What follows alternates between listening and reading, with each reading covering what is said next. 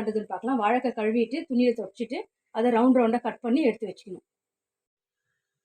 வாழைக்காய் பொரியலுக்கு என்னென்ன மசாலா ஆட் பண்ணிக்கலான்னு பார்க்கலாம். நான் ஒரு பவுலில் ஒரு ஸ்பூன் மிளகாத்தூள், அரை ஸ்பூன் தனியாத்தூள், அரை ஸ்பூன் சிக்கன் மசாலா எடுத்துருக்கிறேன், கரம் மசாலா அரை ஸ்பூனு, உப்பு, இஞ்சி பூண்டு பேஸ்ட்டு. இது நல்லா பேஸ்ட் பண்ணிக்கணும்.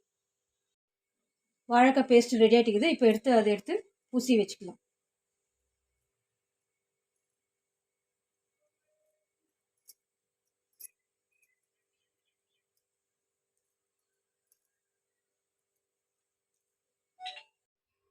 இந்த வாழைக்காய் கட் பண்ணி வச்சுக்கிற வாழைக்காயில் மசாலையெல்லாம் 2 பக்கம் பூசிட்டு எடுத்து வச்சுக்கணும். இது நம்ம 10 நிமிஷம் நல்லா ஊற வச்சுக்கணும்.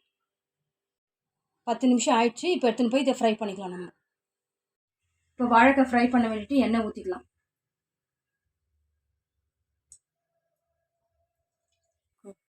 எண்ணெய் காஞ்சிடுச்சு. இப்போ எண்ணெய் கூட இந்த வாழைக்காவை நம்ம ஃப்ரை பண்ணிக்கலாம்.